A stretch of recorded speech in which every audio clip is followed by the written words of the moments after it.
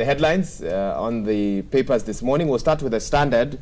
Shocking claims on NYS theft investigator is where they begin this morning. And if you thought NYS was already a complicated enough matter, it just got worse. Let's give you some of the details here. They are calling it a deal gone sour. The probe into the multi-million shilling scandal brought into sharp focus by a suspect claiming that the lead detective in this matter, a Mike Muya, was his business partner in the NYS supplies deal, and that cases in court sprang from proverbial fable of sour grapes. A deal gone bad, and someone now moved to court to expose all these things because they did not get their money. Okay, so for the full story, you'll need to turn to page 4. Suspect makes shocking claims on NYS detective. Let me see if I can give you some of the finer details. So the suspect, a member of the Naivasha-based Ngirita family, that is at the center of what is now called NYS 2.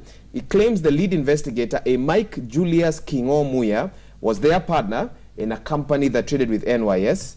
Jeremy Gishina Ngirita has already sworn an affidavit in which he has blatantly claimed that Jerry Cathy Enterprises was among companies accused of defrauding money from NYS in the ongoing probe. This reads like a mystery novel. Twists and turns, you know, it's something else here. So, okay, let me see if I can summarize this briefly. According to, and there's a little yellow box, if we can just put that up on the screen on page 4 of the Standard. The suspect swears an affidavit claiming the lead investigator is a business partner. Jeremy Ngirita has attached bank slips to show payments made to the lead detective. This could derail the probe in the scam. The lead investigator denies claims and accuses lawyers of attempting to kill the probe. Let me get the thoughts of my guests here in studio to this. Let me start with you, Honorable Mathuki. Yes. Do you okay, I don't even know where to start. Just give me your initial thoughts as you saw that headline this morning. Corruption is corruption, and I think it should be dealt with it as it is. I think sideshows and bringing issues of who has been compromised or what or interested, corruption is corruption. And I think when you see the brave face of the president himself, honestly for the week, and talking about fighting corruption, that spirit should go down deep to ensure we get the bottom of it. And it's not about also seeing people maybe being taken to court. We want action. We want to see money back, honestly. Yeah, and I think that is what Kenyans are expecting. 9 billion lost, and we want to get away with it. We will not be taken serious as a country. So for you, even if the allegations of sour grapes and deal gone bad are true... It's corruption. Even if the lead detector is part of it, let him also suffer the consequences. We don't care. Kenyans don't even know that. They don't even want to know the details. All that they know is corruption. The money has been stolen. We want that money back. We want those involved. If those detectives, I don't know whether it's scapegoats or whatever it is, we want to see the bottom of this, in fact, as soon as possible. And that is what Kenyans are expecting to see. Okay. Honorable Owino. Me, I'm happy these things are coming out because graft is not superficial. This thing is a chain of activities involving so many people. So, well, claim is claim, but I hope they will get to the bottom of it, especially when somebody swears an affidavit, then he must be a very serious person. But what I want to say, if only we can surgically remove this cancer, is when Kenya can survive and do all that he's pledges to do. But if you only give Panadols, and we said in this show before, if you are only clipping the branches, you're not going to go anywhere. So these things that are coming up, I'm really happy they are coming up. So the court will have a lot of work to do to make sure these evidences are there, people are not accused, you know, unnecessarily. But I'm happy they are coming too. So it is upon us, upon the courts to do their work. Would you be concerned that an investigator has been now implicated in this? What does this, if it is true, yeah, does this not raise questions on the sort of caliber of investigators we would have in this country, or the ethics of an investigator who, right? I mean, if any of this is to be believed. Yeah, I mean, what again is coming up here is that people are becoming bold, because investigators is somebody very powerful. Maybe others were involved before, but nobody could have guts to come out and say, so-and-so was also a partner of this company. But it's a worrying trend.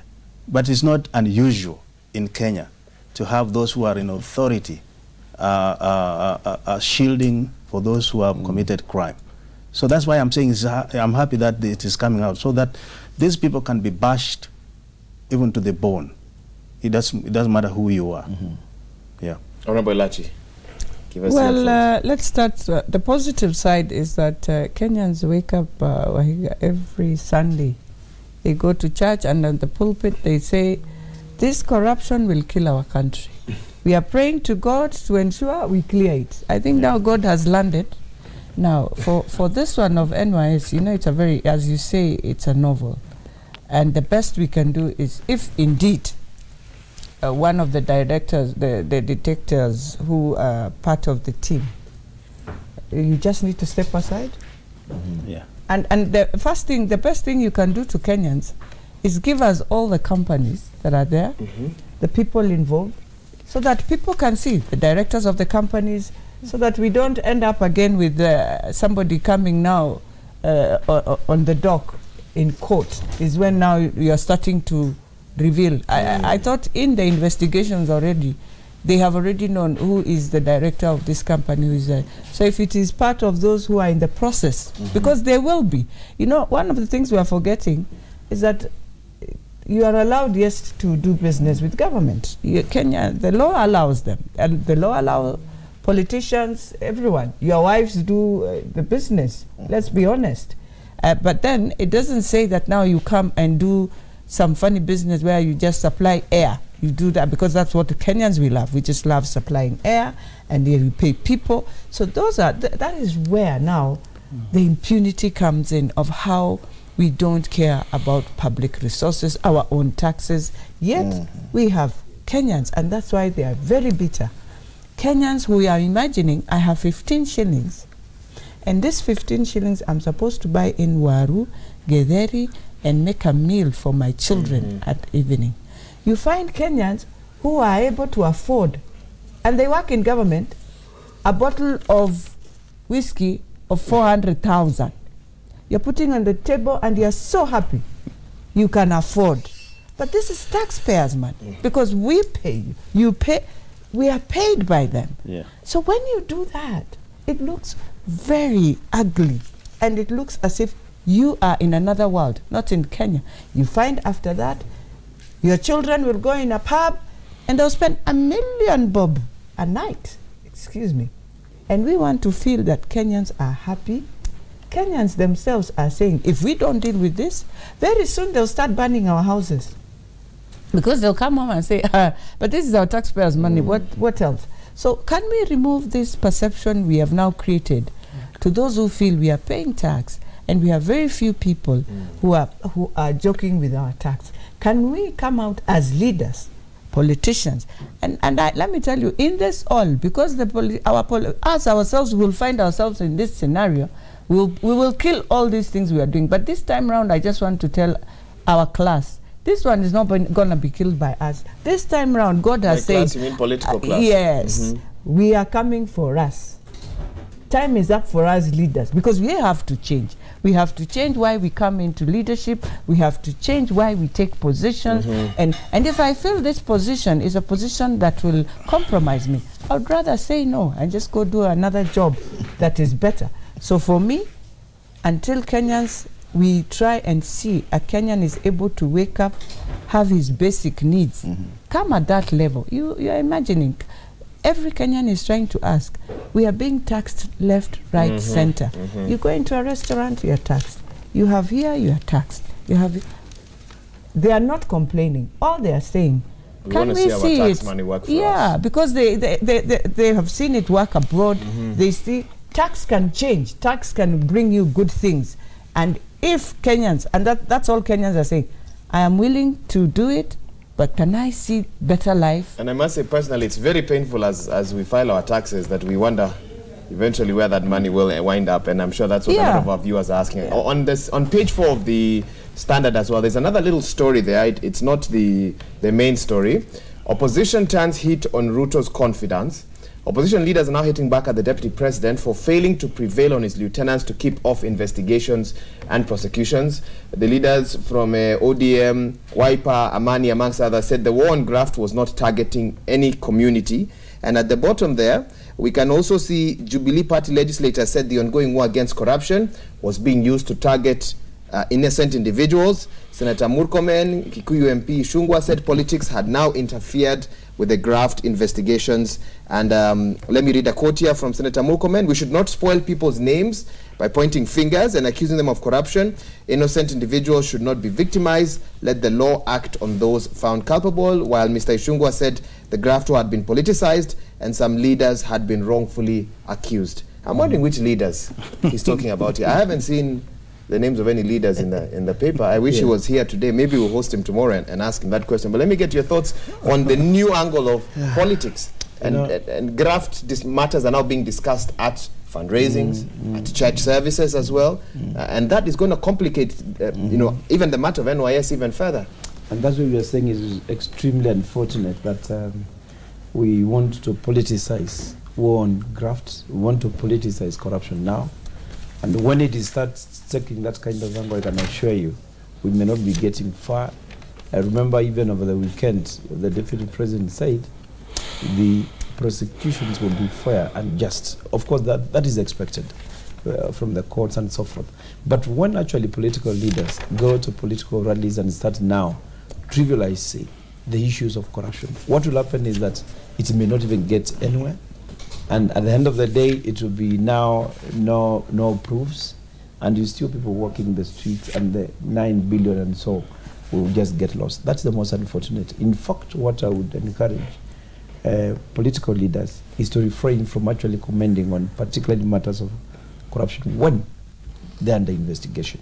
If at all we are serious about it, there should be unity of purpose in this particular case of fighting corruption. We are serious, and the way the only person who can take serious leadership, offer leadership, is the President of the Republic. And to me, he sounded very serious when he went out and said, on this one, we are not going to leave, there will be no sacred cows. And we hope that is attained. But again, when you go to political rallies or churches and start now commenting and say, it's being used against people, I mean, what are we saying? So I think, but personally, I don't feel comfortable with this kind of comments. And if at all, leaders know that they are clean from this, refrain from making those comments until investigations are done. But do not be surprised. Some of these companies could be linked to some of us. And that is now the most difficult part of it. I like the way you use the word some of us. No, what I mean, leaders. Leaders, when I say, I mean leaders. You're not implicating yourself. No, obviously no. When I say leaders, when I say some of us is leadership.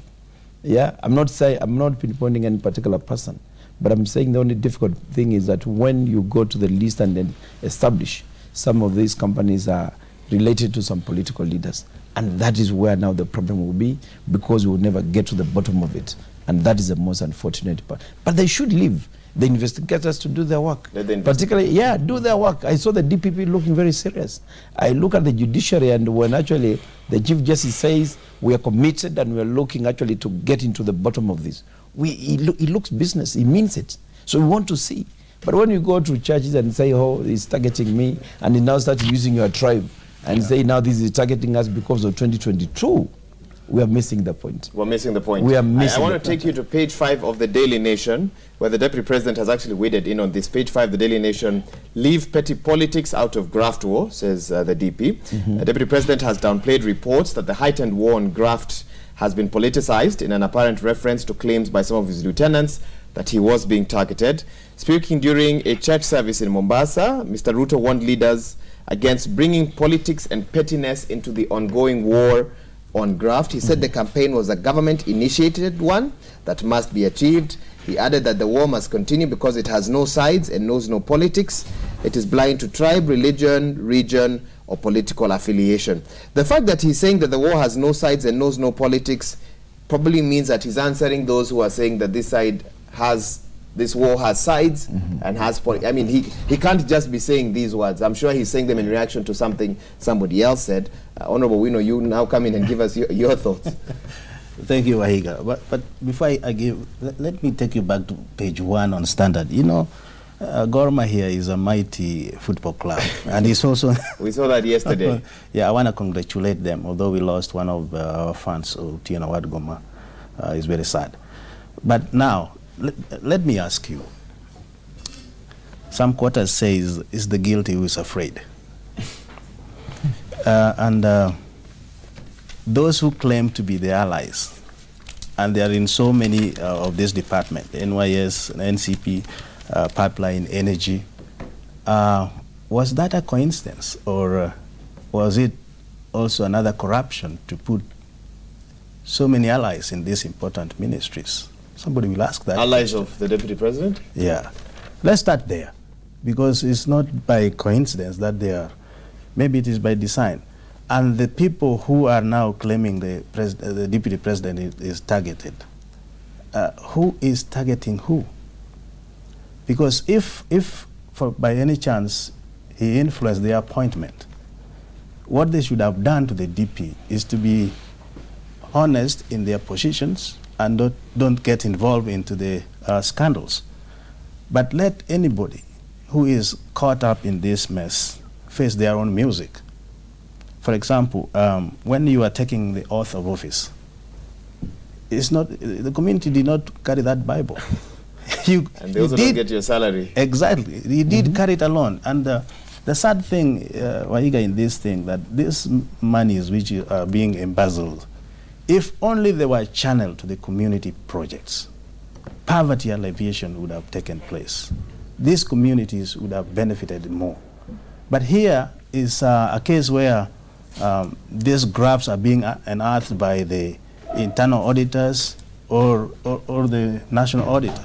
It's not anybody politicizing it in a way that is targeting the president. No, these are the wrongdoing that has to come on face.